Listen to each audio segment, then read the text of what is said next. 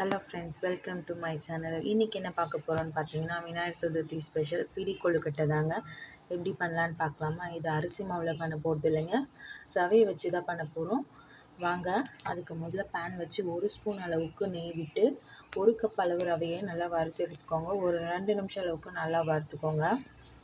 இப்போது ஒரு 2 ஸ்பூன் அளவுக்கு தேங்காவும் ஒரு 2 ஏலக்காவும் நான் மிக்சியில் போட்டு கொரப்பாக அரைச்சி வச்சுருக்கேன். அதையும் இதோடு சேர்த்து நல்லா வறுத்துக்கோங்க.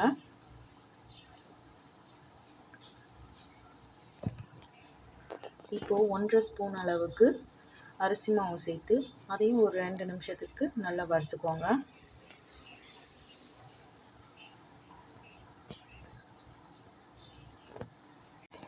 இப்போ பாருங்கள், எல்லாமே நல்லா ரோஸ்ட் ஆகிடுச்சு. இப்போ இந்த ஸ்டேஜ் இருக்கும்போது நான் 1½ கப் அளவுக்கு வெல்லத்தை கரைச்சி வச்சுருக்கேன். அதை இதோடு சேர்த்துக்கிறேன்.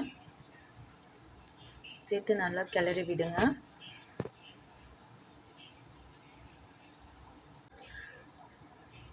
இப்போ ஒரு 2 நிமிஷம் கழித்து பாருங்கள், வெல்லம் எல்லாமே நல்லா கரைஞ்சி ரவையும் நல்லா வெந்திருக்கும். இப்போ பாருங்கள், நல்லாவே ட்ரை ஆகிடுச்சு. இப்போ ஒரு 2 நிமிஷத்துக்கு நல்லா கை விடாமல் நல்லா கிளறிட்டே இருங்க. பேனில் ஒட்டாமல் வரணும். இந்த ஸ்டேஜ் இருக்கும்போது நான் 1 ஸ்பூன் அளவுக்கு தேங்காவை குட்டி குட்டியாக நறுக்கி நெய்யில் வறுத்து இதில் சேர்த்துக்கிறேன். உங்களுக்கு வேணும்னா முந்திரியும் சேர்த்துக்கலாம். சேர்த்து நல்லா கை விடாமல் கிளறி விட்டுட்டே இருங்க.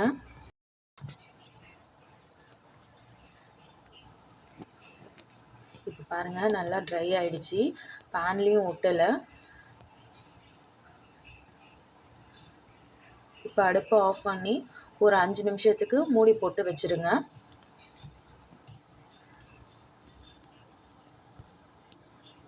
அஞ்சு நிமிஷம் கழித்து ஓப்பன் பண்ணி பாருங்கள், நல்லாவே ஆறி கை சூடு பொறுக்கிற அளவுக்கு இருக்கும்.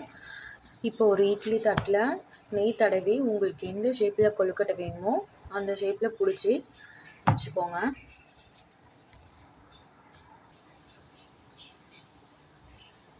இந்த மாதிரி எல்லாம் பிடிச்சி வச்சதுக்கப்புறம் ஒரு 7 நிமிஷம் இட்லி பாத்திரத்தில் வச்சு அவிச்சு எடுத்திங்கன்னா ஒரு சூப்பரான பிடி கொழுக்கட்டை ரெடிங்க. ரொம்பவே சாஃப்டாக இருக்கும். இதை சாப்பிட்றதுக்கும் ரொம்ப நல்லாயிருக்கும்.